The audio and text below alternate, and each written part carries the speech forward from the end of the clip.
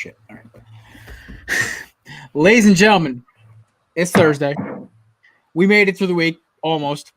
It's Corner Booth Pregame, episode 45. Who's our big athlete today, Kev? Take a guess. Think of athletes who are number 45.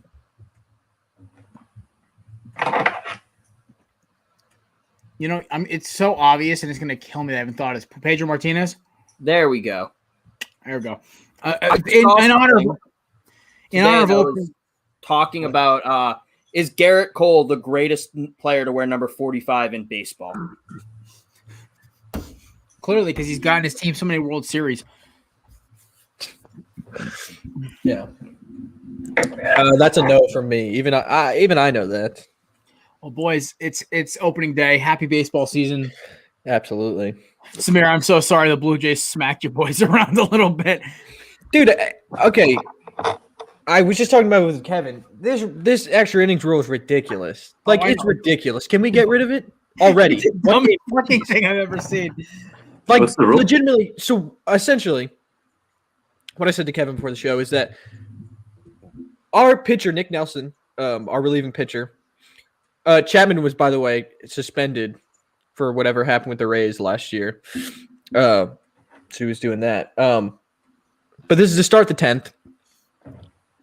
Our pitcher has pretty much a dominant inning.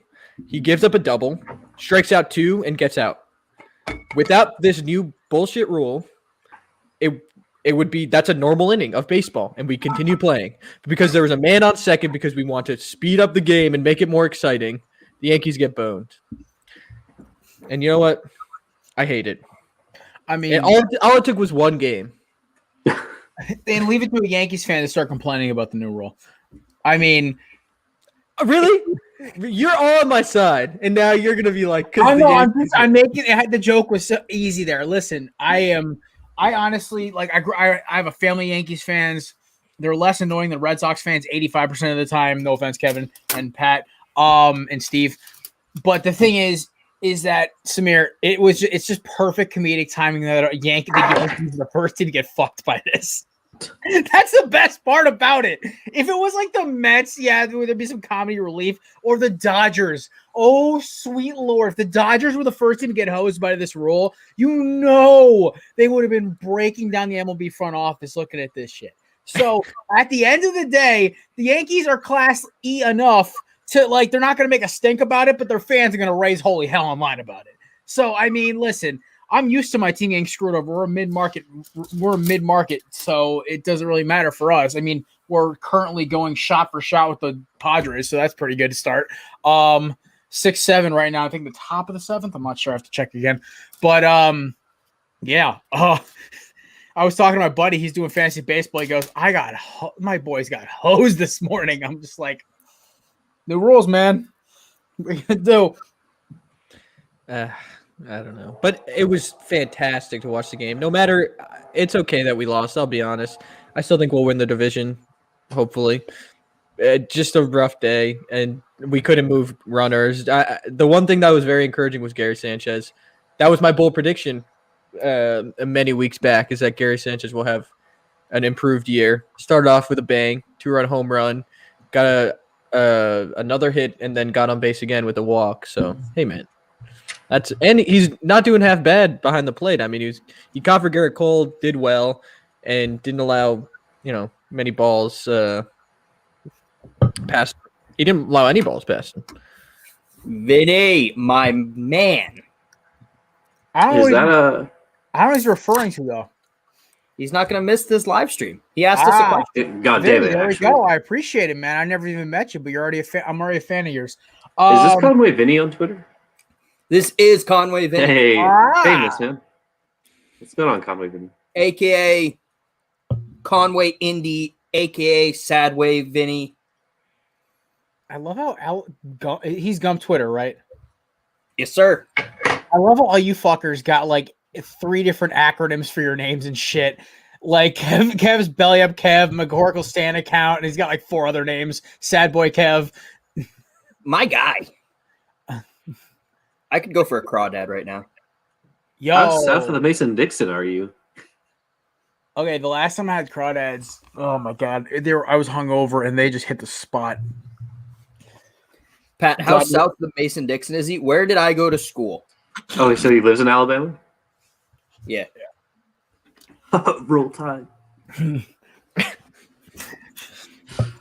I ironically say Roll Tide too much now. Like it's a daily occurrence at work. Like random news. I'm just like, yeah, Roll Tide. I'm like, why? Just Roll I Tide. did literally based off the commercial. Just like when they're walking around like some random Alabama town, and it says, "And he will be missed." Roll Tide. Did you guys see Najee Harris on McAfee? And he said that he used to, when he ran into fans, he would just say War Eagle and walk away. wow. Yes. Listen, I want nothing more than to experience Alabama in all of its glory. Kevin and Cruz have been talking this shit up to me for 2 fucking years. I want to see what Tuscaloosa is all about. Game day guide. Get us a game in Tuscaloosa. I don't want to go to Jacksonville. Yeah, no, seriously. As much as we can just crash on Cruz's couch, like seriously, like I'm not about four dudes on a pull-out couch isn't like the gayest thing, but like it's. Are you kidding me? We're stuffing Kevin underneath the pull-out couch. I mean, look, as long as the couch isn't the only thing that's pulling out, it's not gay. Is not the only thing pulling out. Just want to. Oh, Belly Up's newest podcast on the network, Puck and Pigskin Podcast. Do they cover hockey and football? Just a lot of hard hits and missing brain cells. Yeah. Hell yeah. Podcast dedicated to mushy brains. That's something I can get behind. 2 plush I thought that's what our podcast was dedicated. Vinny, you're already my favorite. No, our podcast is the one with the guys with mushy brains. Perfect. We out here smooth braining. Although, since Vinny and I follow each other, Vinny, just tell Liv to move over. I'm going to share the bed with you guys. Is that a dog or a significant other? We'll let the viewers decide. Well, it's West Virginia, so it's one or the other. I mean, I feel like we should at some point do like a big like trip somewhere, like for college football or something. Yeah, or even just like do a live show. We're doing it. I think we have to do a live stream with all of the 4 of us in the same location. I will make the trip up to Boston for that. No, we need to go to Tuscaloosa and just have everyone from Gump Twitter on. Like have all of them on in the background, like some like college game day kind of thing. And we just have them as guests. No, we keep rotating, having them come up. Do like a 4-hour show and shit. That'd be hysterical. Yeah, I mean, it wouldn't be the first time we just had drunk people on the show. That's just a normal show. Yeah, I was gonna say. I offered Andy Patton from Score to come on tonight. He may be dropping by like 7:55, but like I just wanted to wish him congratulations on the Zags basically being the most dominant fucking team in college basketball. Holy shit. We talked about college basketball on the podcast. We don't need to talk about it. No, that's what I'm saying because I'm still a sad boy. I know you're. Hey, listen, Kev, it's okay. You get football. Yeah, it's not enough. You can't be a winner all the time. The world's not enough for Kevin. He's about to Thanos this motherfucker. I mean, I think I said it like 2 weeks ago. I don't understand how like Gonzaga is even a school, and like all of a sudden it's just like, oh, it's basketball season. Every single person talks about Gonzaga. I'm like, I don't hear this like school the other 364 days a year. They recruit literally nothing but basketball, and then I guess their baseball team is not terrible. Right, that's but like all they recruit. Like Alabama gets talked about like all the time, regardless if it's about like football. It's just like as a school, but like Gonzaga only basketball, and it's only around March Madness. They're near Spokane, Washington. Like that's why you don't hear about it. Gonzaga is a small Catholic school. That's why they don't have the resources to recruit big name players across all sports. They made a good run in the 80s, 90s, I think, and then that just kind of carried through to today. Also, I apologize. It's now Crawdad Viddy.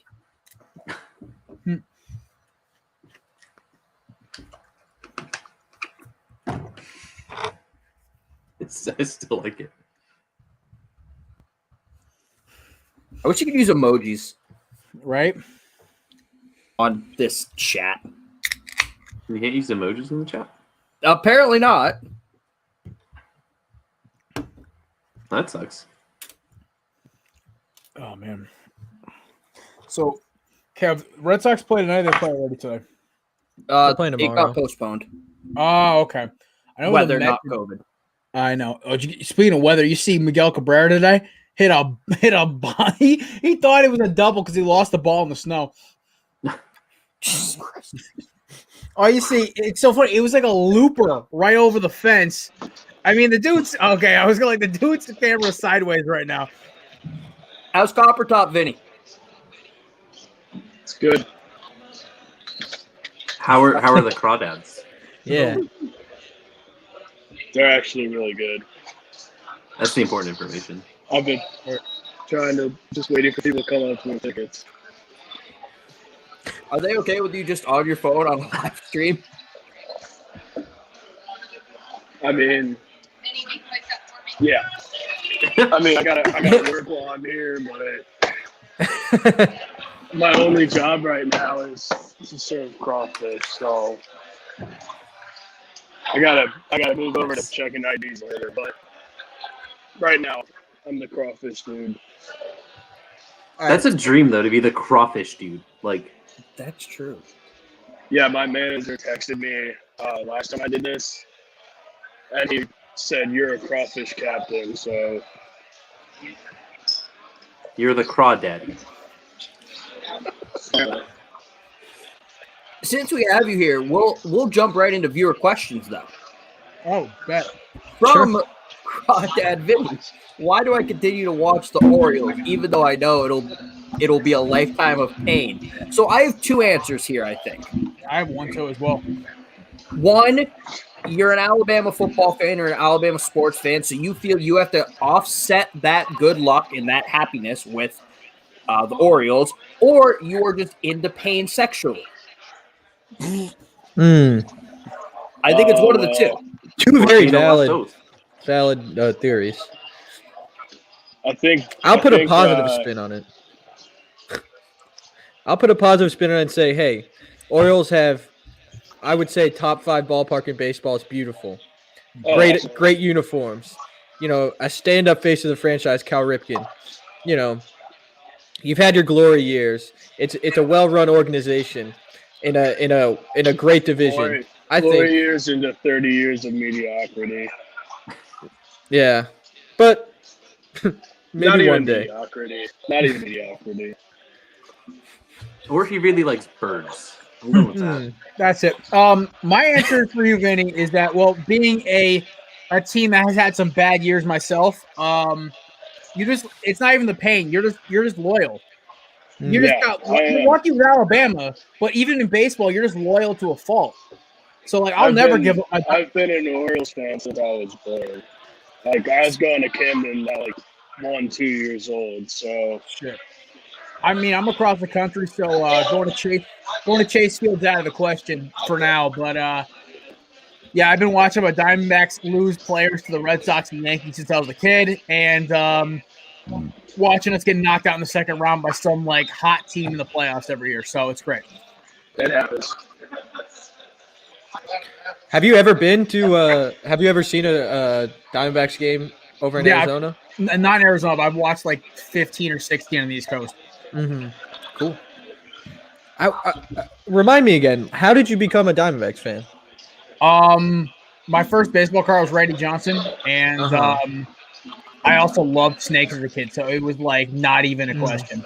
Here's the real answer: they won the World Series in 2001 or 2000. I became a D-backs fan in 2002, Kev. When I was a kid. Notice right after they won the World Series. Yeah, you think so low of me, and it's just a little disturbing sometimes. All right, buddy. Thank you for hopping on. Tell Kev to button his fucking shirt up.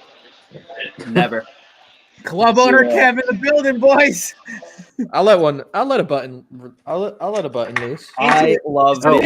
I've ever spoken to him actually spoken to him.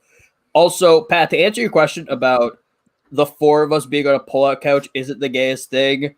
My dad said it was the second gayest thing behind a circle jerk. How did Steve know? Because he watches the fucking stream. So, how do you know about the circle jerk? So I'm going to text you your response to that in a couple seconds. Also, Jared, you're a Diamondbacks fan because you're an asshat.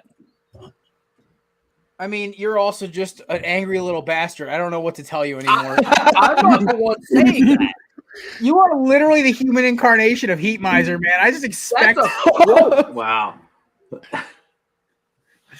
I just expect. Oh, tell Steve. You know, as much as I won't take that personally because he's only met me in person over camera once. I love my Diamondbacks. I love my Diamondbacks. Never wavered. I love them even when they suck. Even when they trade away our homegrown talent for trash.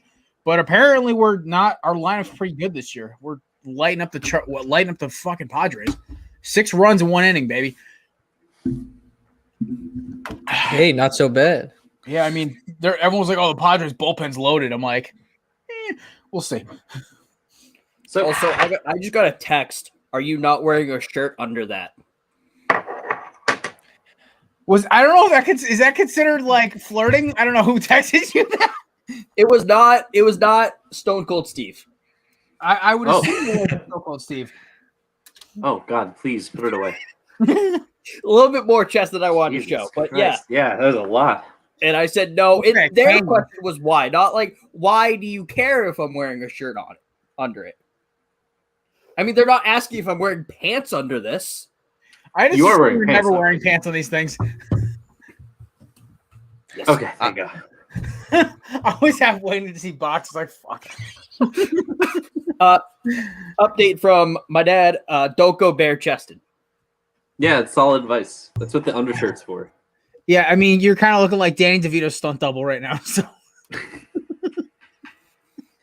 because You it's know the celebrity I the open compared most shirt to. with the fucking just hair everywhere. But Danny DeVito in Hercules, to be more specific. I am most Oh. compared to John Belushi. Yes, Yeah, I can can see see it. that. yeah, no, I know. I swear to God, somebody who was one of my buddies texted me the other day. Do you realize your co-host looks like John Belushi? I'm like, yes, he does, and he can pound.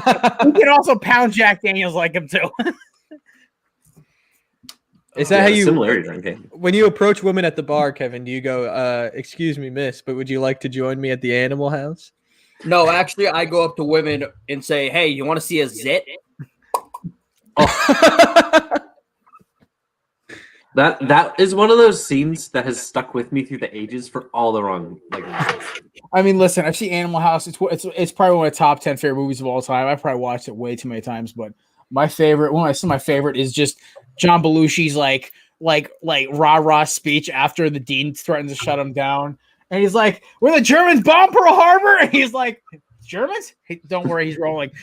I feel like it's Kevin when he gets wound up, except Kevin won't mess up his historical that's facts. you when you get wound up. I don't make factual inaccuracies. If you let me actually fucking finish, I was gonna say you don't make the historical accuracy issues. It's just you just start going, and the anger builds up like a goddamn tornado, and it's honestly pretty awe-inspiring. I Love you, have pal. a temper. Oh man, I'm passionate. I'm sorry. I am not knocking your. I'm not knocking your passionate. I do not take back my comment calling you Heat Miser though, because sometimes you just come out with venom. I mean, I am just a fucking goofball, so I just ask for it sometimes. I won't deny it. I do the play-by-play from my dad about our live stream over text. I'm waiting for because I know my mother watches this sometimes too, but she's got a darker sense of humor than Steve does. So she'll probably say like, you don't curse enough. What? Yeah, not enough. Also, my dad says the best part of Animal House is when Belushi is running on the quad at night in all black, except for his white socks. Oh, guys, you want to play a fun game? Yes. Who texted it? Meg or my dad? Oh, I like this. Tell Jared he looks like a tool. Steve. Meg. I'm on Meg. I'm Team Meg. Listen, Meg's only met me once. If she's calling me a tool, It is Meg. Wow, Meg. Wow. And Meg, for your information, I am a tool. We established this years ago. I'm a nice tool, though, so it works. Yeah, like like a screwdriver. Like you have your uses. Yeah, exactly. You can stick them next to something and crank it a little bit, and things will work. Yeah, But you other can than that, shove it in an outlet. Talked about this. You can't talk about cranking it on the podcast. Especially on the God futon. damn it, intern! I'm sorry, guys. It just enters the train of thought too often for me to not bread Jesus it out. Christ. Oh my god! I mean, I'm running on 4 hours of sleep, and this is just putting me over the edge. What'd you do last night? What were you up to? I was doing belly up work until about 2 a.m. When I finally just passed out of my computer and rolled over and then just waddled to my bed and push right on it. Yo, I watched Godzilla vs. Kong last night. I'll tell you that much. I heard the first 20 were really fucking slow. Am I on this or what? Oh yeah, all the human stuff is garbage. It's like anything that isn't the big monkey fight scenes are dumb. Who wants to see that perfectly? Who wants to see Millie Bobby Brown run around and the same things. Nobody gives a fuck. Yeah, I really could not care less. Let me see the monkey with the axe slicing up Godzilla. Whoa, can I see that? A lot of reviews were saying there isn't enough character. It's just a big monster fight. Okay, that's what it is. That's what we want. Listen, nobody watched Zoids or Gundam or any of those shows with the big or Transformers for the human interaction. It's for the giant killer robots. Nobody watches this shit for the humans. They're just there as background noise. The humans are a means to an end in these movies. Could they be done well? I'm sure they could, but nobody even cares enough to give that much effort to them. Okay, so if we're gonna we'll take the Michael Bay Transformers movies for example here. All right, Megan Fox addition because she's gorgeous. Shia LaBeouf, at least for the first 3 movies, he was okay. It was funny. Yeah, he's a nice guy. Cool. Slapstick humor. I mean, he's nuts, but yeah, no. And then, but everyone's watching for Optimus Prime, Megatron, but my boy Bumblebee, and that's it. Nobody's watching this for Josh Duhamel screaming about military angles and everything else. Then you go to the Mark Wahlberg movies, and as much as I love Marky Mark, dude, those movies were shit. At least the robot fights were good. I just would skip forward all the human dialogue to the robot fights. Yeah. I mean, and even in the original Transformers, it's I felt so bad for Bumblebee, man. He had it rough, but you cared for when Bumblebee got his freaking throat ripped out. That was crazy. I was like, damn. So I've actually been racking my brain trying to think of who actually keeps supporting the Godzilla and Kong movies, and I can't believe that I'm the absolute minority here, having just not I do not. There's no appeal of doing that. I'm surprised. I haven't seen any of them. Honestly, I watch clips and that's it. I just don't care. It's not worth the money. A lot of them. I've watched the original Japanese ones. I've watched the awful Matthew Broderick one. I've seen that one. That one's fucking terrible. But don't get me wrong. There's something special about watching the old Godzilla movies where it's dubbed over in English and it's just super bad. There's joy in that. But I just can't bring myself to watch CGI fights when I don't want to pay money to go out in public and do that. You know what I mean? Oh no, it's awesome. I'll tell you this much: the CGI in this movie is incredible. And do you have to do drugs beforehand? You know what I did beforehand? Okay. Here's what I did with my friends last night. We dressed up real nice and went to the North End and got a fancy Italian dinner. And then we went back and watched Godzilla vs. Kong. It was a lot of foreplay just to get to Godzilla vs. Kong. So you went to the North End and wined and dined. Well, just dined. And then you're all right, let's go watch just fucking CGI. Yes. Is that not the most awesome thing you've ever heard? Come on. The duality of man. That's right there. I won't say awesome, Samir, but I give you credit. It's unique. Did you wear a tux? I didn't wear a tux. I wore a nice shirt. I wore a sweater, Wow. Nothing too crazy. Apparently, what you would wear watching Godzilla fight, of course. Matthew Broderick is an American treasure, by the way. Apparently. According to didn't he kill someone? Is this another who texted it? Yeah, who texted me that Matthew Broderick is an American treasure? Okay, is there a third answer to still Meg or your dad? It's anyone. We'll just say it's anyone who you think might have an Amanda message. Savin. The dog got a holy. It was actually Matthew Broderick. No, it was my dad. Okay. It also gave a reason for the destructive behavior of Godzilla protecting its offspring. Unlike your mother, it stayed. Wow. Steve, let's go. Wow. Okay, Kev, he wins. That's it. That's the best one of the night. That's holy the show. shit. That's the show. Where's the Vince Carter impression? It's over, ladies and gentlemen. Woo. Dude, Steve won. Steve, I bow down to you, man. That was the best one I've heard in a while. Kev's hit me with some haymakers with the mom jokes, but that might have won. That's peak. That's like mixing in with the reference too. That's the best part. It's just clean. There's certainly an art form to these, and absolutely. I'm glad that your father has as good of an ability. Where do you think I get it from? Also, he said, "Okay, I rock, gotta go." He might pop back in and out during his meeting if it gets boring. That was an absolute mic drop. If it's the type of meeting I think it is, it's gonna get real boring. I just have to cover those for fucking college. It's not a town meeting. Oh, okay. Never mind. That was my guess because I had to. I think it's one of those at 6. So I think that might be why he was dropping it. I think that's the first live stream of ours he's watched, by the way. Wow. I mean, I found out like half my parents' friends watch this shit and they'll have a couple beers or smoke a joint and they'll watch this. It's hysterical. They're like, "Yeah, we watched your live stream." I was like, "Fuck!" It was the one I was hungover, and they're like, "You're dying." I'm like, I felt like hammered shit. I couldn't move. I mean, last week was great though because we had like Meg come on and just start running her mouth at me and Kevin for about 20 minutes. All right. So for those who don't know or don't remember or weren't there, Meg is on another podcast. Great podcast. I think I have a banner for it. I don't know if I do. I think we put it up. I think you do. Yeah. We definitely do. There's one that they did. Slapshot Sweethearts. She is on that podcast with Shannon, who I brought to Belly Up, by the way.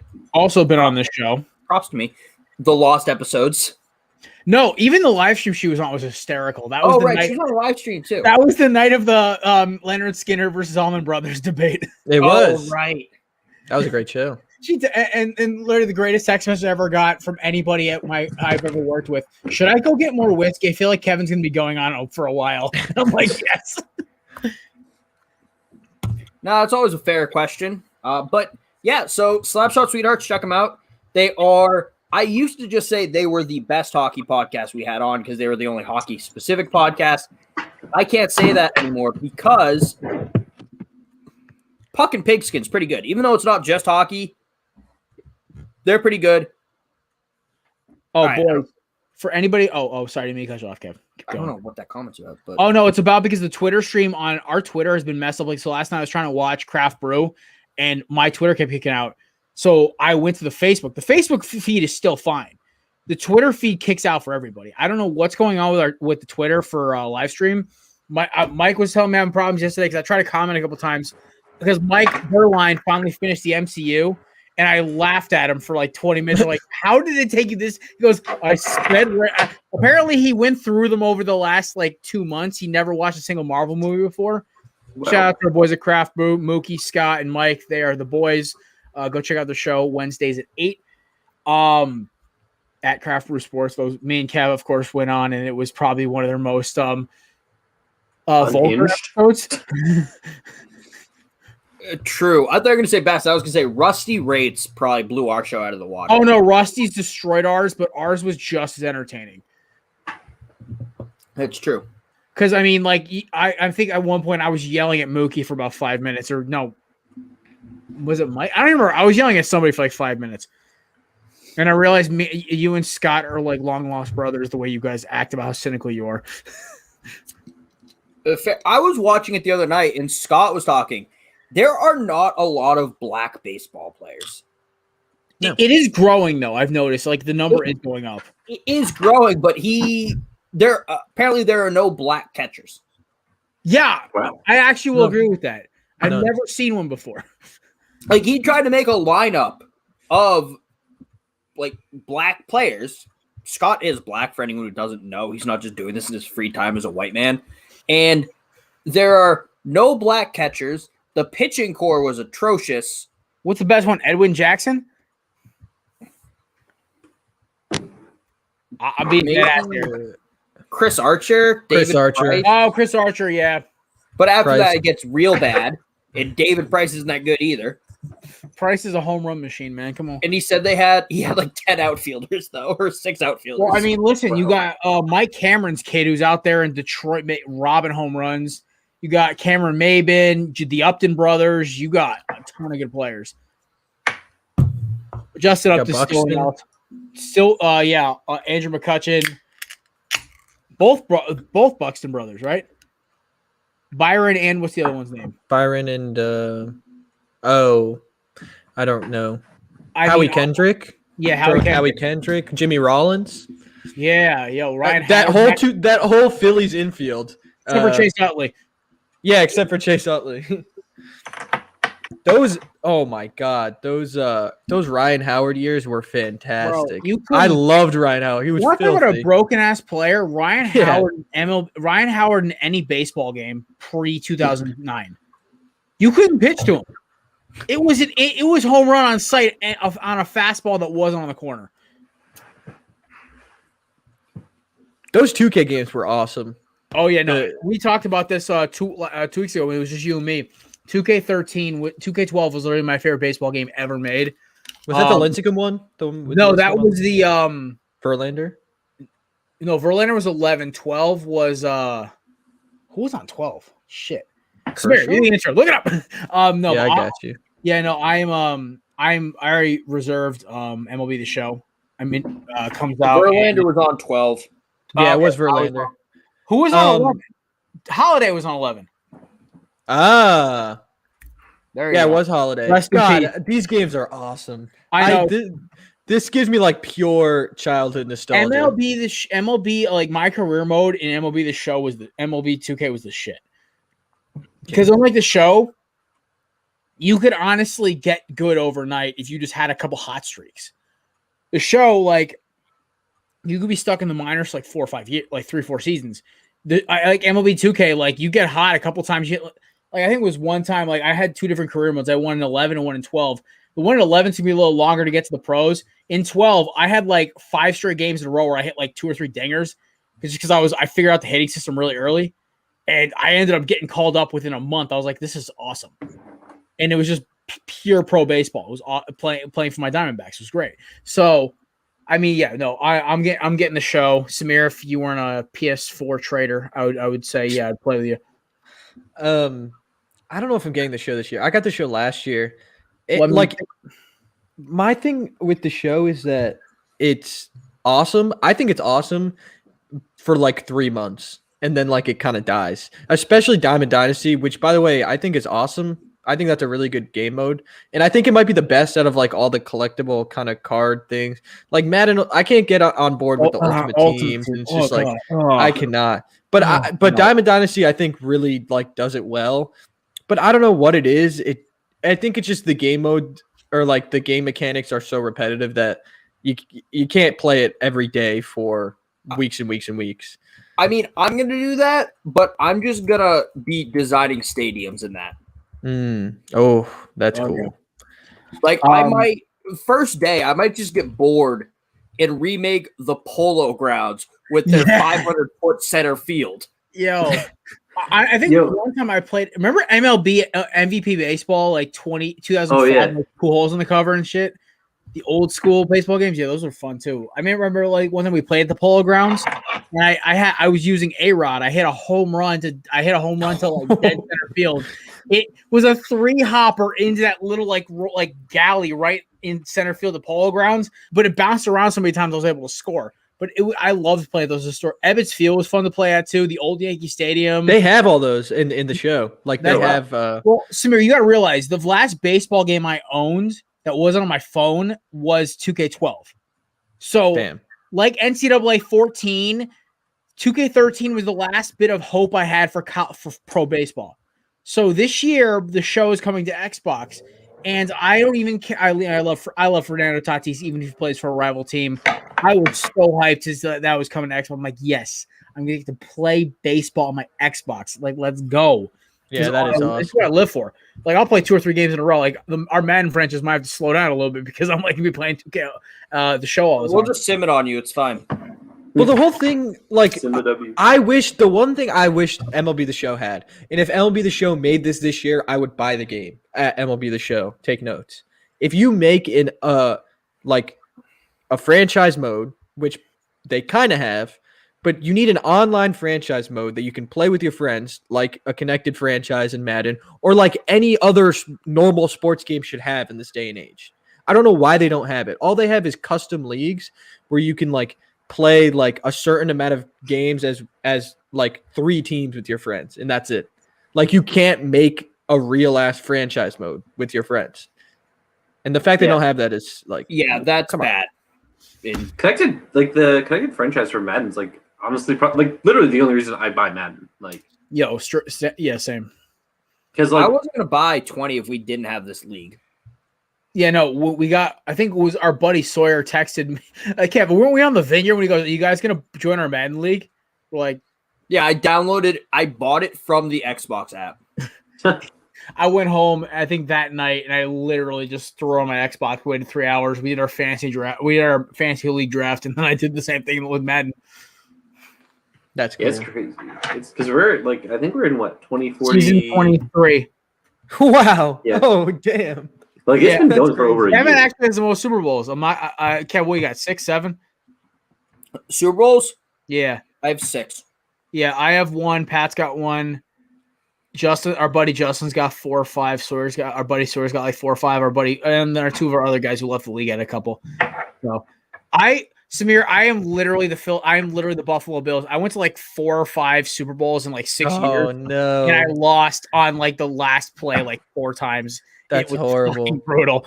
It was That's hysterical. heartbreaking. One of them was Terry McLaurin on an out route who was wide open, he dropped on 4th and 5 because I was in field goal range. I had one of the best kickers in the league. I had who was the kicker for the Saints the last couple of years?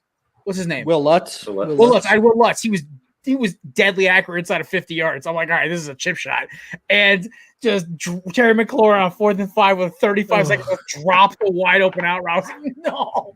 Crushing. I had also thrown like 4 interceptions that game, and the fact that I was still in it was like a testament to my defense. 4 interceptions is low for you. Yeah, there's been games I threw one time, I threw 11 in a game, and I still won, which is fucking hysterical. No, I lost the 11. I won with 10. If I don't throw at least 3 picks against a user, like I'm not throwing the ball then. Like I mean, the last time I played our buddy Justin, who harvests interception, I think I threw only 2, and he was like, "Dude, this doesn't make sense." I'm like, "I'm throwing nothing but checkdowns. What do you want me to do?" What's the team identity of each of you guys? What's your franchise built upon? This is actually interesting. Yeah, Pat, can I do your first? So yeah, there's this one skill position on offense. It is the fullback, most integral part of any roster. My head coach is actually for lore wise. I know people probably care a lot about this.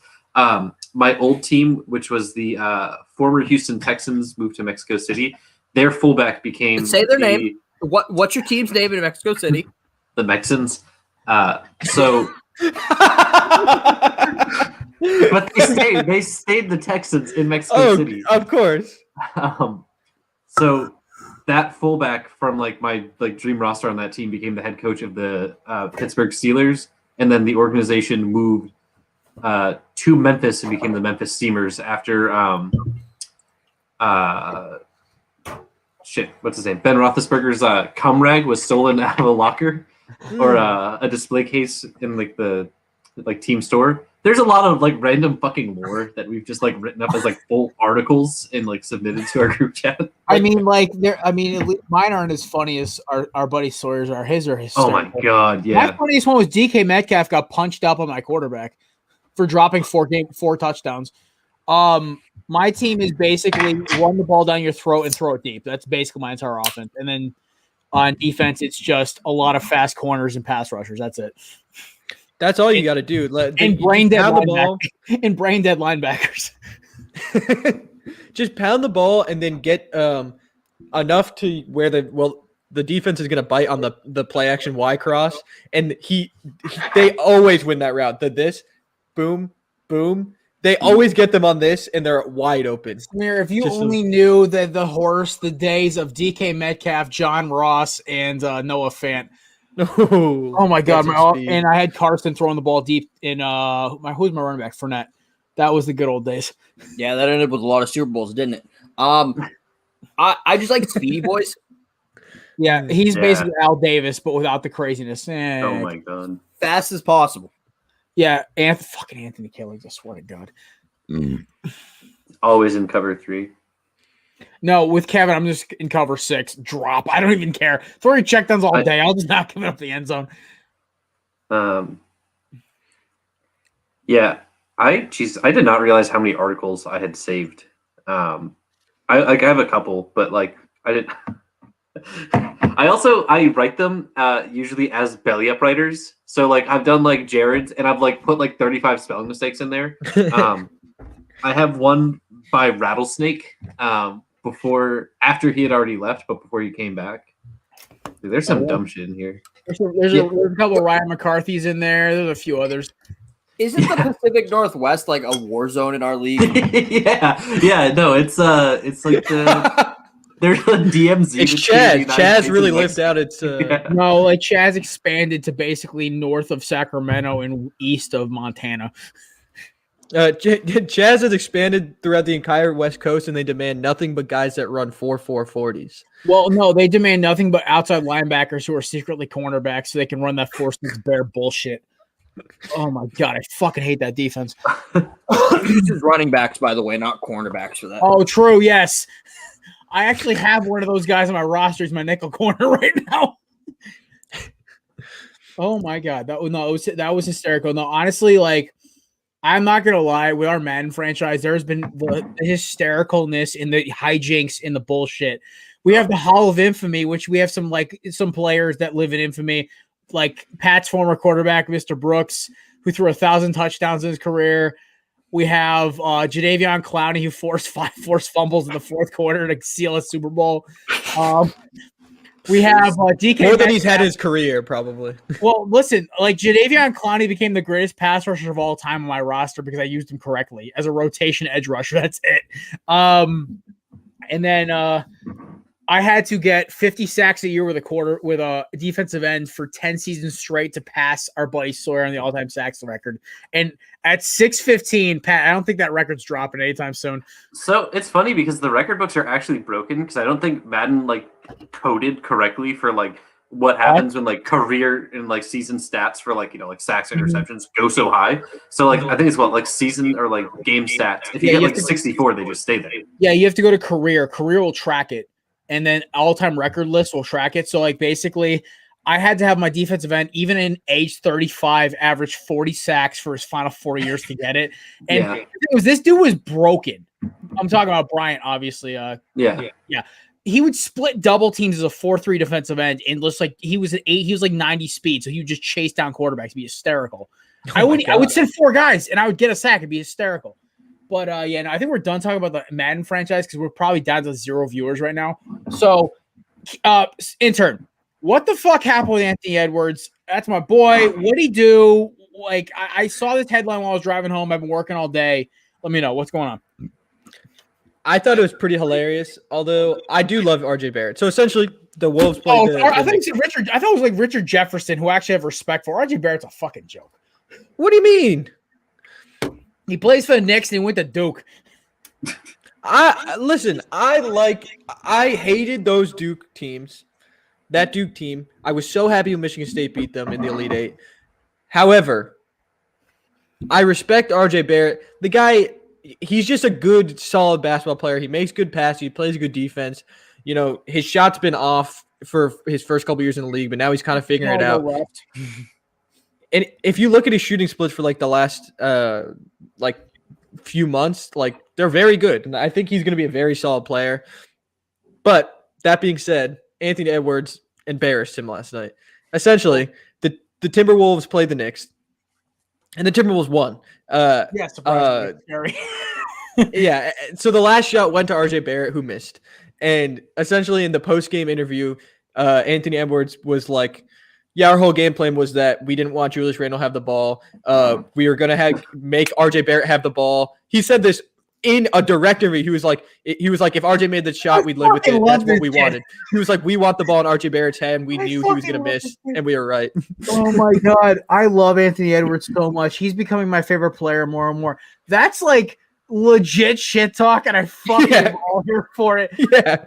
Anthony Edwards, you have now passed Karl Anthony Towns, my favorite like basketball player. Like I'm your fan now. Cat is from Jersey. He's an Eagles fan, but Anthony Edwards is my boy. After that fucking shit talk on RJ Barrett, that's class A shit. Kev, you heard the story, right? Yeah. Oh my God, I'm an Anthony Edwards fan. I'm about to order a shirt off one of his jersey T-shirts off of Fanatics. Like this is a wrap. I love this. This is great.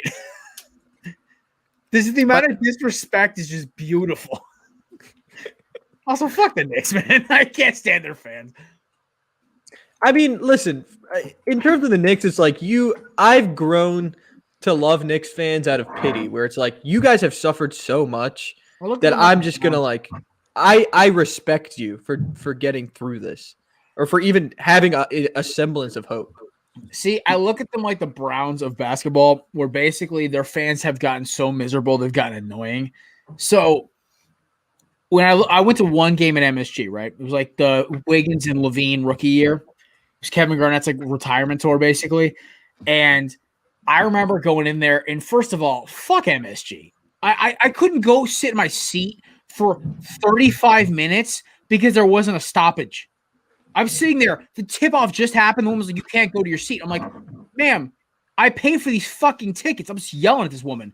And she's like, no, you have to wait here because you're going to interrupt everyone else's experience. I'm like, I wanted to say some just rude-ass shit to her because I was like, I was drunk already. I was like, it was, it was my first NBA basketball game. It was hype as hell. Rather go to Barclays or the TD Garden after this. But I'm sitting there, and first of all, Knicks fans are the worst. I sit down there. I'm wearing a Kevin Love jersey, or no, Wiggins. It was Wiggins. I was wearing a Wiggins jersey. I'm sitting there watching my boys run back and forth. It was overtime. They both dropped 50. I had Knicks fans yelling at me. I'm like, I'm sorry, you guys can't even get a number one pick, right? Like, fuck off. Like shit. I'm just my patience for Knicks fans, the ones who aren't like the ones who are just funny about it, like Mets fans used to be, those are fun. I just can't stand these ones who are like, it's the Mecca basketball. Yeah, it is, because everyone shits on your team there. LeBron, Kobe, Jordan, Giannis, like you keep going on the list. They all like drop 50 points there because the Knicks are garbage. I do love how Julius Randle though has like kind of developed a career there, which I do appreciate that. I have a stat to throw out for you, Jared. Oh boy. Most points per game in a month by a teenager in NBA history. Number 1, 21.1, Carmelo Anthony. Number 2, 26.3, LeBron James. Number 3, 24.2, Anthony Edwards. I love this kid, man. He's hope. He is hope. He is hope. And also, I said this when we did our show together. Like, I love his attitude. This dude don't give a fuck. He's hilarious. He's in this for fun. He's enjoying the game. He doesn't care if they're losing right now. He knows they're going to get there. He knows they're going to get there. But yeah, no, I'm really once again, everyone's like, "Don't you want LaMelo Ball?" I'm like, "Oh, you mean skinny make? Oh, I broke my wrist. I hope he makes a recovery, honestly." But like, cause I feel bad. The kid's fucking 19 years old. His wrist got. But at the same time, it's like, I love Edwards. Like, dude looks like a linebacker playing shooting guard. It's fucking great. I feel like every couple of years, the Minnesota Timberwolves get hope, and it doesn't amount to anything. They had hope in KG. They had hope in Cat. They had hope in Anthony Edwards, and you don't get a ring. Well, I mean, Kev, I will offer this as one rebuttal. I mean, it's a very weak rebuttal, but it's still a rebuttal. One of these times they're going to hit it. That's it. Like, it's what it is. Like, I mean, listen, probability. Basketball is my third sport. I will not even act like it's not, or fourth sport, technically, if you count college football and pro football as separate. But basically, when I watch my Timberwolves, I watch it for entertaining dunks because they've always had an athletic dunker. It's always been on the roster. You go as far as back as fucking Isaiah Ridge. Who's the guy from the No, who's the guy from the 90s who won the dunk contest? I can't remember his name right now. But like KG, Latrell Sprewell, you go to Zach LaVine, you even have like Rashad McCann, Steve Ratliff, all these athletic guys who played ball. And then you go up to like the Wiggins, Towns, and LaVine years. They've always had athletic guys, even Derek Williams when he got smoked by Blake Griffin in a dunk contest. They've always had fun guys to watch. So even if we did make the playoffs, it was always good. That one year with Jimmy Butler was like this ray of like sunshine and hope, and then Cat and Wiggins were just giant bitches about it. But yeah, no, honestly, as a Timberwolves fan, I will just say it straight up. You know, I expect the loss, but when we start winning, oh sweet Jesus, I'll be thankful for every minute of it. I'll be humble about it though, because I've seen so much losing. No, you like, won't. No, actually, I will. Like as much as every single fan says that. Oh, I've dealt with so much losing. I'm going to be humble about it. No, you're not. You're not. Yeah. Basketball is like fourth sport. It's like I don't like. It's not. I don't mean you necessarily. Like people always say, I dealt with losing. My Patriots fans. Oh, I've dealt with losing my entire life. I'm gonna be humble about it. Then fucking Tommy Brady. Okay, listen. First off, any Patriots fan born after 1990, like 5, really never experienced losing in Boston. Because from 2000 to like now, every Boston sports team for at least a period was at least making the damn playoffs. So there was absolutely always, dominant in that sport. Yeah, there were always like hopefulness. Like from 2000, like you had the Patriots every couple of years always make the playoffs. You had the Red Sox every couple of years just dominate and win a win the World Series. You had the Celtics with the KG team. You even have the Bruins every decade win a Stanley Cup. There's always hope. That was the Paul Pierce team. Yeah. Oh, you mean the guy who had to go take a shit so he faked cramps? I don't know. I don't. You mean maybe outside of LeBron James, the most dominant small forward in the league on offense? More clutch than Kobe. I'll say it. Whoa! Blasphemy! No. Samir, you're fired. Not blasphemy. Kobe. I'll allow it. Oh no, Samir. Paul Pierce's job as an analyst has made people forget how good he was at the game they call No. I respect the hell out of Paul Pierce. That man is the first Hall of Famer. No, he is. I love his game. I love his game. The mid-range jumpers, to me, that dude was like a pint. That dude was like one of the dudes of my childhood who I always could rely on in like a pickup, like a pickup game in 2K to hit a 19-footer. It was great. I love watching Paul Pierce play. Here's the issue. Yes, he's annoying as fuck. He's almost as bad as Kendrick Perkins when it comes to the fucking takes. I cannot stand first of all, watch your mouth with Kobe. That's like 2. Like with what Paul Pierce did was Paul Pierce basically was underappreciated because yes, he played on his one title was with 2 other Hall of Famers, arguably one of the greatest 3-point shooters of all time, and arguably one of the greatest power big men of all time. Power forwards, centers, mixed, whatever. But power forward, that's what he spent most. Yeah, power forward. He only played center for his last 4 years. Basically, I will give Paul Pierce all the credit in the world. I think he's a first ball Hall of Famer. Obviously, he's one of the best inside of 30 scorers I've seen in a while. Defense was okay. I make the joke about the having to take a shit, so faking an injury because in that moment. Oh, by the way, during that finals. As much as I loved Kobe as a kid, Kevin Garnett was my guy, and I didn't care if it was even on my team. I wanted to get him his ring. I'd give a fuck where it was at. So I had a KG Celtics jersey, but I didn't root for the Celtics. I rooted for Garnett. So the year after when he was out basically the entire season, I wanted the Celtics to lose. I did not care. But I always rooted for my Timberwolves either way. It was always Garnett and my T-Wolves. So. Side note, can we normalize athletes getting the opportunity to take a shit in the middle of the game? Yo, facts. Like Lamar Jackson Jackson should have made this mainstream by now. Teams are starting to do that. Like, the pop-up injury tent that they have now? Yeah. God bless. First off, Alabama started that. Second off, they're starting to do pop-up porta potties on the sidelines. God, in terms of how to clean that for shit. real, if your quarterback is if your quarterback has rumble guts and it's just shit, I need a minute. It's cool, throw in the backup for a play or two, as long as it's not a clutch moment. You don't even have to do that. You have so much you're probably gonna have a decent amount of time on defense, at least enough to go to the bathroom quick. Yeah. I just don't understand why it's always I had to fake an injury to do it. Same thing with Lamar Jackson and Paul Pierce. It's just I mean, because I don't know, because people in the media are fucking weird. You guys want to do bold predictions because like we've been going at this for almost an hour. Can we How talk about this? how Can I say? peaked Can I first? say one thing? Okay, so Samir, go, and then Kevin, I want to hear how you peaked. So rock and roll. I'm going to tread lightly here. However, Watch your fucking mouth. Kobe Bryant career clutch 3-point percentage, Does that have to be threes, 28%, baby. Doesn't have to be threes, baby. I don't care. 28.2%. Paul Pierce career 3-point clutch percentage, 32%. I rest my case. Mid range layups, whatever. But okay, you said your case. Kevin, how have you peaked, my friend? I actually want to hear this story. I've been like waiting in the back of my head to hear this. So I have to share a video for this, but a couple years ago I wrote something about the UGF Pandas. Anyone watching who knows that, by a YouTuber, not the expert. It needed a video of like memes or anything creative you did about the team. This video currently has 50,000 views. I'm hoping it gets more. But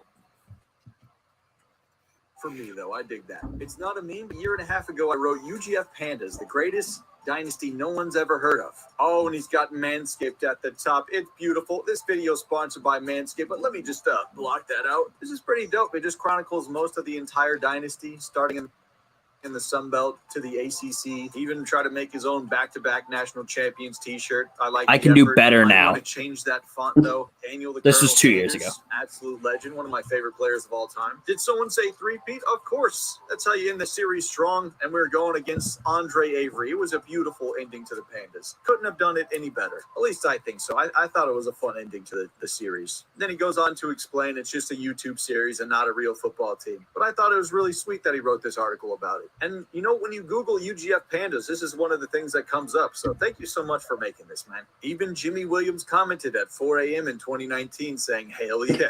I really like that. Thank you so much for making that, Kev. Thought I'd throw my hat in the meme ring. Drew's his loving girlfriend. So I just want to point that out because that article that he highlighted, it has gotten like 300 or 400 extra views since he put that out. Wow. I mean, you can't. That's pretty awesome. Also, if you do Google UGF Pandas, that is the first result. And I'd be What pissed does if I were UGF him. stand for? University of Georgia Fairburn. I would be pissed if I were him because I put all this effort in the series and then some asshole just writes something real quick about it. It actually took a while, but write something about it, and he's the number one result. Wow. Thanks, So Belia, for shelling out for that, for the top tier Google searches. I know. I'm sure. It does have a good amount of clicks, but I love Not the Expert on YouTube. I very much appreciate the shout out. And That is awesome. Congratulations to you, Kevin. thank Yeah. you. All right. Boys, I think it's time. We hit the hour mark about in 2 minutes. So, Samir, the show is yours. Now, you are leading bowl predictions again today. Baseball edition, opening days today. I think my team won. Your team lost. Kev, your team is delayed till tomorrow. Let's get rocking and rolling here, kids. Pat, your team is also delayed until tomorrow. Did I tell Hometown you guys heroes. I'm going to the Red Sox game on Monday? Nice. Wow. I'm Oh, hyped. we're losing again. Awesome. How many people are they letting into Fenway? Not much. It's like 12%. Oh, But that's Yeah. it's I really got lucky. I went like right when they dropped like the Red Sox like on the website tickets. I got like $30. holy shit. Did you buy me a ticket? Honestly, I got tickets to a game on Monday and a game on the 20th, and I have a friend that may or may not come. If he doesn't, I can put you on the wait list. No, we need the content. So if he doesn't come, I'm going. Okay. I just tried to like strong arm him now. We need the content, Samir. Oh my god. You can then write it off on your taxes as a business expense. Exactly. Interesting. Unreimbursed business expense. Yeah. Jesus Christ. All right. Let's get into our bold predictions. I want to hear people's I want to hear AL MVP, NL MVP. I want to hear both league Cy Youngs, and I want to hear the two teams that you're seeing in the World Series. All right. I'm gonna sit this out. I really don't know like jack about baseball. Pat's gonna do the Jeopardy noise in the background. Yeah. All right. Okay, you want to go first? No, so it's both MVPs, both Cy Youngs, World Series picks. Yes. All right. Alex Verdugo, AL MVP. Okay. Market. NL MVP, we're going to give it to Bryce Harper. Sure. I feel like he needs to have a big year for the Phillies to make that signing make sense. I think he knows that, so he's going to have a big year. He's going to win the MVP. Cy Young, Nathan Eovaldi, Boston Red Sox.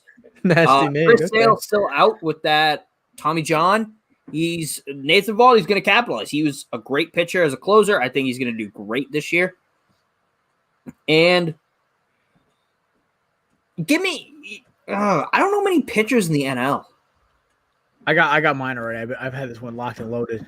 Give me Madison Bumgarner. I think. Nice. I think he's gonna have a really big year. Kev, if that happens, I will go Fu Manchu for the playoffs. He's gonna have a bounce back year, and I think Mad Bum is gonna get the NL MVP or NL Cy Young. I will go Fu Manchu if that happens. World I Series just want to see that. picks. The Los Angeles Dodgers out of the NL. Jared, they have spent so I much know, goddamn Kevin. money. I just can't even think of it again. Last 2020's worst part, besides all the horrible things that happened the first, I don't know, 8, 6, 7 months. The worst part in 2020 sports was the Dodgers winning the World Series. It is truly the darkest timeline. And for the AL, give me the Tampa Bay Rays. Ooh. Repeat. That's an interesting pick. I think they're- love that. So, look, we're going to look at this logically, right? They had a horrible call from their manager based on pitching last year to pull their pitcher or keep him in, right? Mm-hmm. 2003, Grady Little decided not to pull Pedro against the Yankees. Lost in the ALCS because Pedro was down and out. He was hurting. And then the next year they won the World Series. Give me the Tampa Bay Rays. All right. Wow. All right. I'm going to go Cy Young's first. AL Cy Young, I'm going to go with Jesus, this one's tough. Fuck. I want to go shit. I got to look. I think about this for a second. Shit. NL, I'm going Zach Gallen. Listen, the kid may be out for 6 weeks. He's going to come back. He was elite last year when it came to strikeouts in the ERA. I will take this kid with a new and improved offense behind him. I guess AL Cy Young. Shit. This is killing me right now. Because I can't think of any AL guys who are standing out to me right now. Kevin, Nathan Eovaldi, but I don't know. I'll get back to AL Cy Young. NL MVP, I'm going with Bryce Harper as well. Kev, I love that pick. My AL MVP is Tim Anderson. Shortstop for the Chicago White Sox. Back-to-back White love Sox. This kid's game. He is just swag, home runs, and great play in the middle of the field. I am all for it. The White Sox are also my AL World Series pick, by the way. I'm going deep in the bag of tricks for this one. I think they are going to surprise a lot of people this year. They're going to definitely have to go get some pitching at the deadline, obviously. But their lineup is disgusting. Between Moncada, Abreu, and Tim Anderson, I can't remember the other player, the other guy they just got. He was a rookie last year. Shit. Samir, help me out here. Who is the rookie they had last year? The kid who hit a lot of home runs. Robert. Other one. Tatis? He's out. He's out for a long time, right? Eloy Jimenez. No, different one. Who does he play for?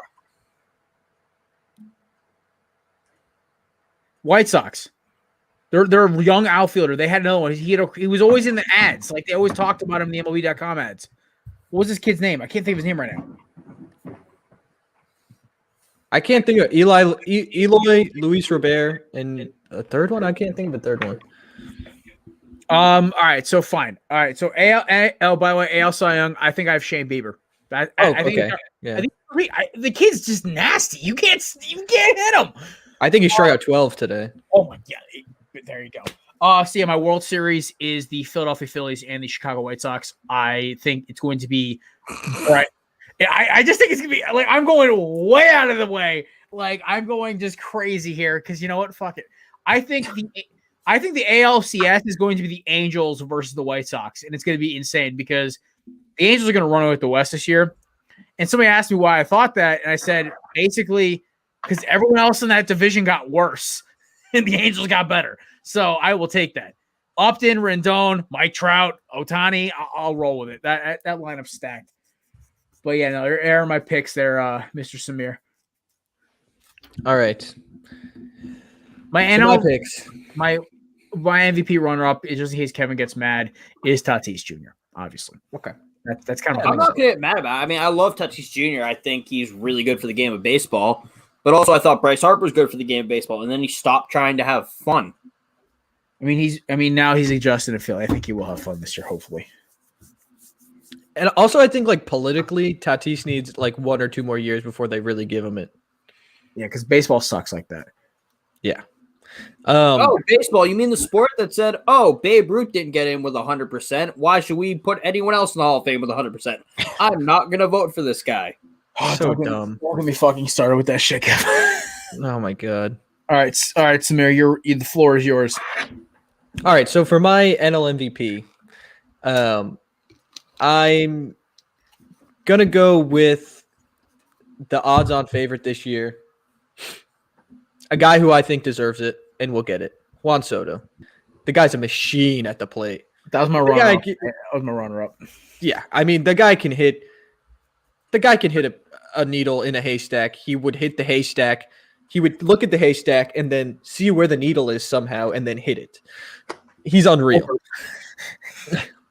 Oh, my God. For my AL MVP, this one's kind of a layup, but I'm saying Mike Trout.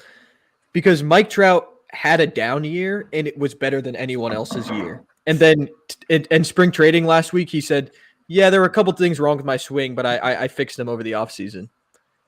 Mike Trout fixed his swing. How terrifying of a thought is that? Like, Jesus Christ. Now, for my NL Cy Young, I might just be saying this. You're going to get mad at this, Jared, but I am almost just saying this because of my fantasy baseball team. I'm going to pick Walker Buehler. I think Walker Buehler is going to win the Cy Young. Dude, we slugged him around last year. He honestly, out of all the Dodgers pitching, he's the one I feared the least, if that makes sense. He's like the Chad Billy of this generation. He's like the Chad Billy. I swear. Like, I fear Kershaw because that old bastard will never die when it comes to his abilities. And then I fear Trevor Bauer because he's got a vendetta against my team.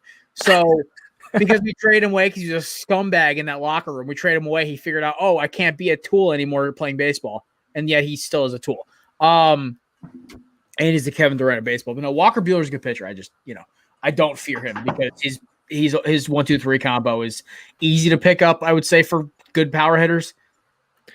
Yeah, but the kid throws gas. The one thing, but so does fucking Chapman, and Chapman gets ripped at least 2 or 3 times a week.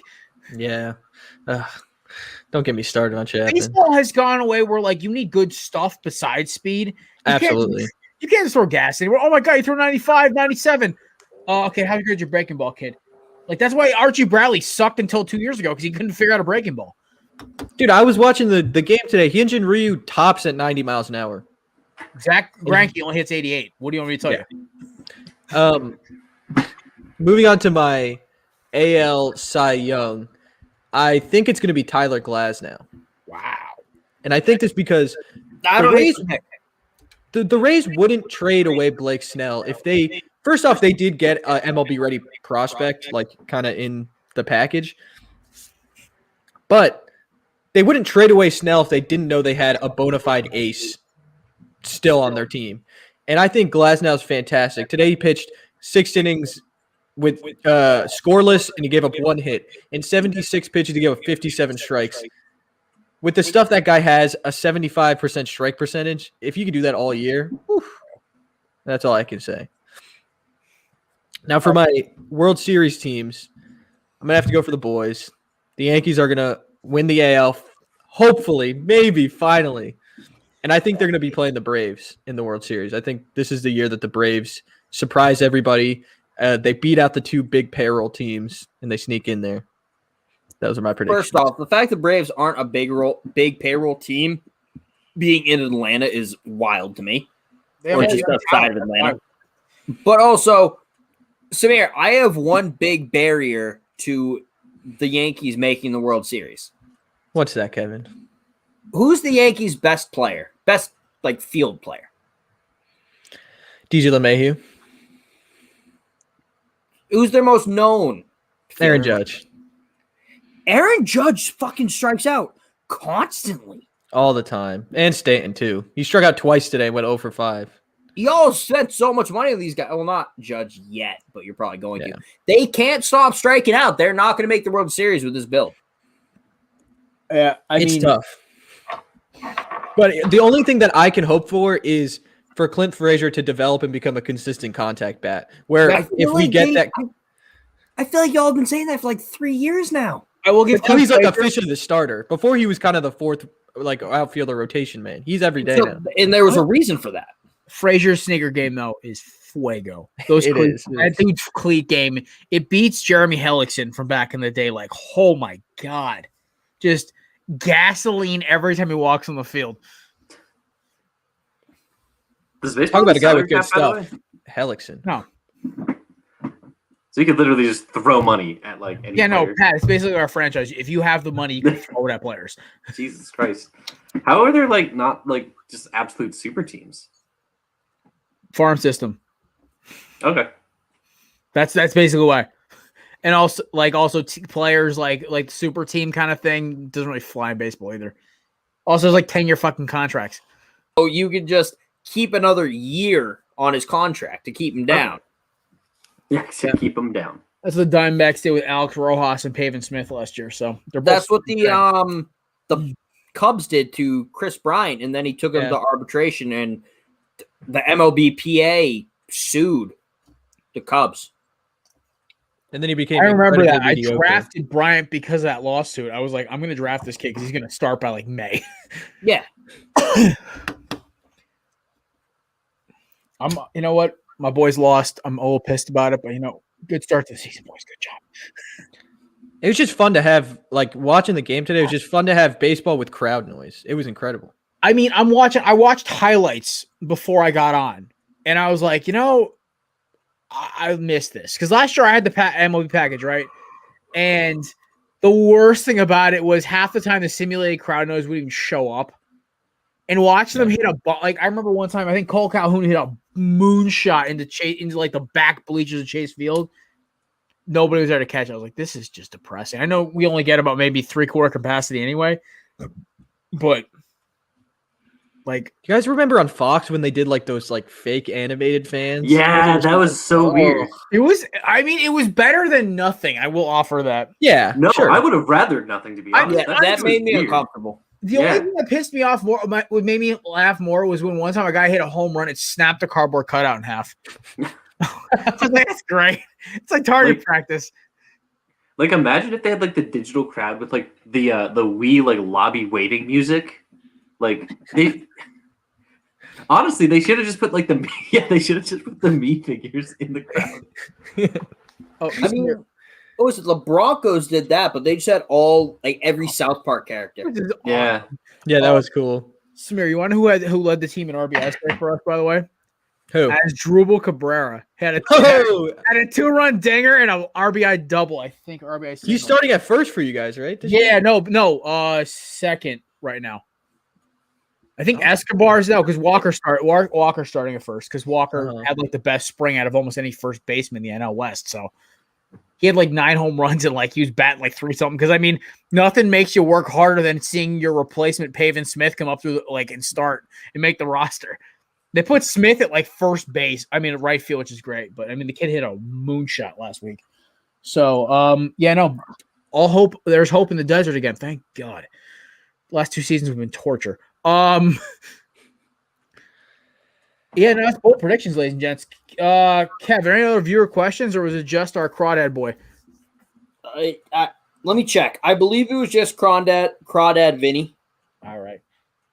but let me double check. Also, the first person to use the hashtag instead of just replying to us. Wow, Yeah. look at that. Thank God. Nope, just Crawdad Vinny. Yeah, to our viewers, y'all gotta step your game up. One last thing, Jared, before Yeah. we log off here. Another We got story 15 about the minutes left. Timberwolves. Slick, relax. Oh, okay, good. Another story that I saw today regarding the Timberwolves was apparently, I think Jamal Crawford said this in an interview.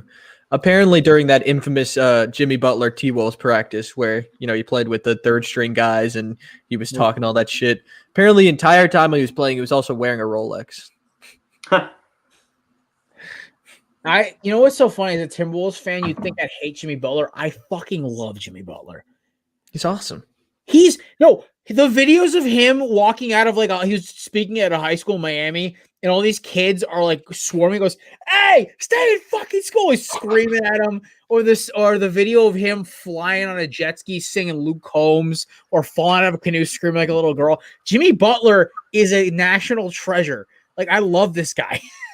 Yeah. Like, I even have his signature Timberwolves Jordans upstairs. Like, I found them at a thrift store, brand new for like $70. I'm like, I want these. These are fuego. But I don't hate Jimmy Butler at all. Honestly, I think I respect him more because when he made Towns tougher, he made the Timberwolves realize they had to get rid of Wiggins. He got Thibodeau tossed to the curb, and he got honestly, his whole trade set up us getting Anthony Edwards, so I'm fine with it. But imagine that team if they traded Wiggins for Butler instead of Levine. Dude, that team would have been fucking broken. Insane. Yeah. All right. Kev, I was gonna ask you about this. Do you want to do that thing I sent in that little favorite athletes thing I sent in the chat, or no? Nah. We'll say that for next week. I got something though. Oh, okay, Pat. What you got? Fuck you, Todd Gurley. I got so excited because I checked Twitter and there was a tweet that said long couple of weeks but finally about to sign to a team. Now, me being a fucking smooth brain person, I guess, totally forgot that today's April Fool's Day. So I was like, good, where's where is he going? So I start Googling Todd Gurley. His response tweet of, y'all know I'm fooling around, April Fools, I'm staying ready and working hard. I love Todd Gurley as an athlete. I hate that injuries have defined his career. But I was super excited to see him sign somewhere. And it was a roller coaster ride of emotions. George Kittle had a great one today. He was like, it's been a ride, Niner Nation, but Duval. I was like, yo, that shit would scare the fuck out of me as a 49ers fan. Yeah. Because they've been wheeling and dealing with the offseason, so I would not buy them trading somebody huge to get more draft capital. But George Kittle would make no sense. I saw one that scared me for a second. So my boy over at Philadelphia Eagles territory, it's one of the best Eagles pages on Instagram. My boy, he's out of Arizona. So crazy thing, he posts his breaking news saying Fletcher Cox gets cut by the Philadelphia Eagles after 9 seasons. I was like, here's the problem. We've been cutting dudes left and right all offseason and getting rid of contract space, and Fletcher Cox's contract is the Titanic of contracts. He's a great defensive player when he's healthy. Arguably top 2 defensive tackle, maybe 1, depending on your preference. But I'm sitting there looking at this Instagram post, and then I see Brandon Graham, of course, the Eagles defensive, follows him and follows that page. And the dude literally goes, yo, this had me from it. I had to call Fletch to make sure this wasn't true. I'm like, wow. Shit. Damn. I usually never get caught by any April Fool's Day stuff. And then today there was nothing. No one even tried to make a joke or anything.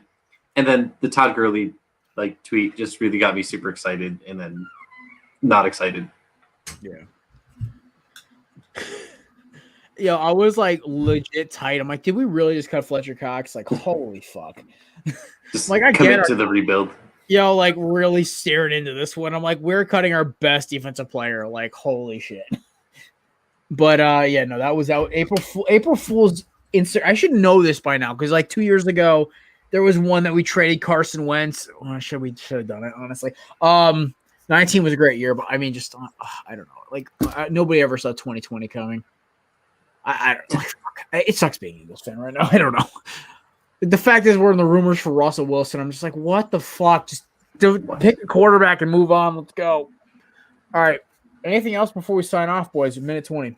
I got a quick little. If we want to do a little highlight share here of something that just happened, that is incredible. The Islanders are playing. Matt Barzal has an insane goal. Can I share my screen? Is that possible? I don't know. I think it's your share I think so. Yeah, it should be at the bottom. next to Leaf Studio. Check it out. Oh, hold on. Oh, here we go. Can you guys see? Not yet. No. Oh, Nope. Yeah. check this out.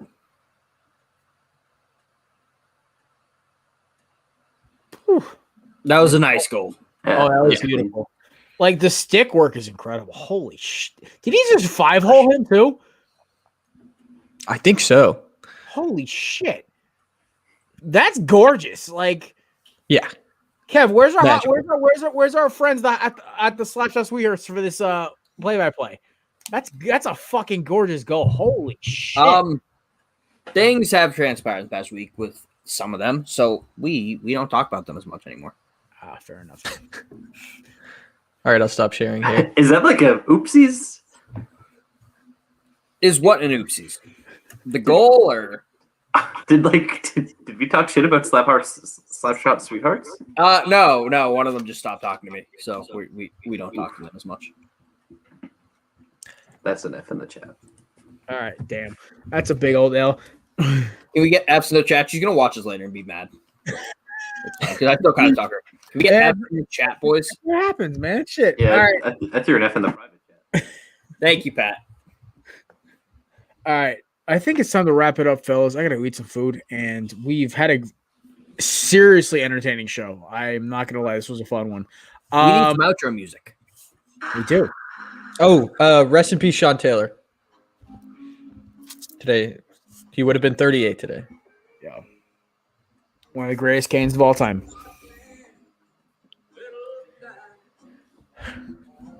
He could still be playing, I bet. He'd probably be like the back end of his career, but yeah. He would have been playing linebacker by now, Samir. Yeah. And it would have been pretty good at it, too. This is in honor of Crawdad Vinny coming on. A little Conway Twitty. Oh, shit. What is this, Family Guy? Ladies and gentlemen, Mr. Conway Twitty. Is that sad? Like, the only reason who he is literally because of Family Guy? Yeah.